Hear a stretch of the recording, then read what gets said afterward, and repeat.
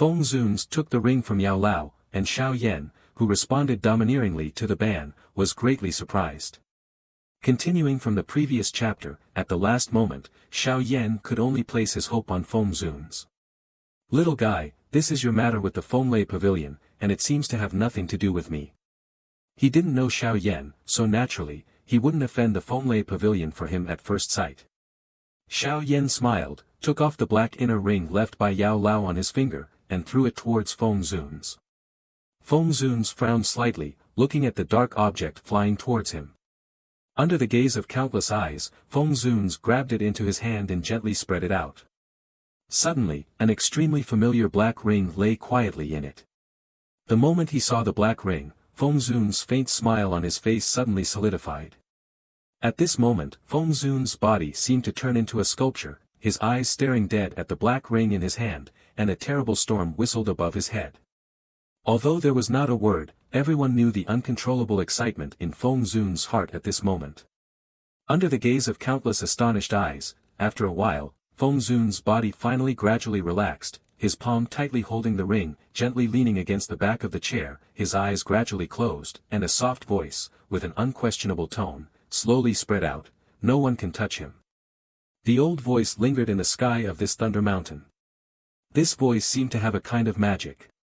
When it fell, it made this space completely frozen, and the expressions on the faces of countless people solidified at this moment. At this moment, no one would know exactly what had happened. At the edge of the square, Mu Qinghuan was also stunned, looking in the direction of Feng Zunzhe, filled with shock.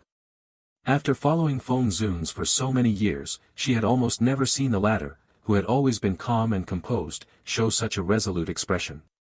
She was very clear that when Feng Zunzhe said these words at this time, it represented something. If this matter was not handled properly, it might lead to a real confrontation with the Feng Lei Pavilion. However, it was because of the relic given by Xiao Yan that Feng Zunzhe was so determined without hesitation. At this time, even she couldn't help feeling a little jealous. Immediately, she suddenly remembered what Xiao Yan had said to her in the Tianmu Mountains that day, and Mu Qinghuan was a little confused. Although Feng Zunzhe had many friends, that kind of friendship was far from reaching the point where he would be willing to be an enemy of the Feng Lei Pavilion for them. So who would this old friend be? The silent atmosphere shrouded this world, and this atmosphere lasted for a long time. Only then did Lei Zunzhe and the others on the seats gradually come to their senses. He turned his head, his eyes flashing with thunder, locking onto Feng Zunzhe, and said in a deep voice, "Feng Zunzhe, what do you mean by this?" The anger contained in Lei Zunzhe's voice could be heard by anyone. Feng Zunzhe, we can talk about this nicely." Jian Zunzhe was also stunned by this and didn't understand why Feng Zunzhe would suddenly step forward. Huang Quanzun's eyes flickered, but he didn't speak, instead sneered in his heart. Under the gaze of countless eyes, Feng Zunzhe's closed eyes finally opened again, and the emotions in his eyes were suppressed deep in his heart, but he didn't speak, but stared straight at Xiao Yan in the midair and said hoarsely, "I don't know what your relationship with him is." Anyone could see from the fluctuation of Feng Zunzhe's emotions that the thing Xiao Yan had thrown out earlier was of great importance to Feng Zunzhe. Looking at Feng Zunzhe's old face, Xiao Yan took a deep breath. The previous emotional fluctuations of the former had already shown him that Yao Lao's vision this time was very good. Standing in the sky, Xiao Yan respectfully bowed and cupped his fists towards Feng Zunzhe in the presence of everyone's gaze, master and apprentice. "Good, good, good. This is the answer I most want to hear. But you need to give me evidence." Xiao Yan smiled, pointed to the flame on his forehead, and then a wisp of tiny pale white flame quickly shot out from his fingertip. Feng Zunzhe stared blankly at the tiny pale white flame, ancient spirit cold flame. He was no stranger to this flame. When he was on the verge of death, if it weren't for this flame, there would be no Feng Zunzhe now. Feng Zunzhe naturally knew about the transfer of different flames, and with his eyesight, when he saw the mark on Xiao Yan's forehead, he vaguely felt a certain familiarity, but it was a deep-rooted familiarity.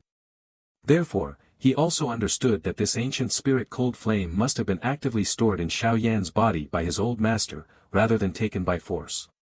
Taking a deep breath, Feng Zunzhe slowly raised his head and said hoarsely, "Old fellow, you've really made me search for you for so many years."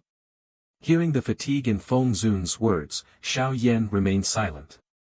This close friend of his teacher's had indeed been constantly searching for his whereabouts all these years. Feng Zunzhe shook his head and smiled lightly. You are his apprentice, don't call me that.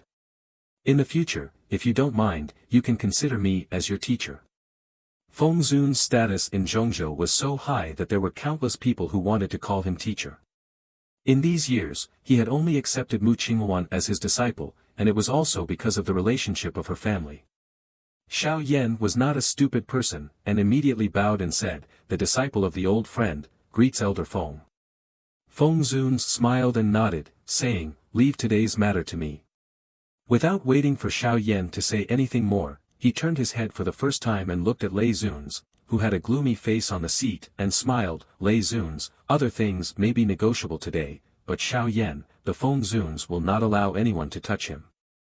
Lei Zunzhe looked deeply at Feng Zunzhe and said, this is a matter between the Fenglei Pavilion and him. If Feng Zunzhe wants to intervene, it will probably affect the relationship between the two pavilions. Feng Zunzhe said calmly, don't say that. Even if Xiao Yan is a heinous person, I will not let him be harmed today. For no other reason, just because he is that old fellow's apprentice.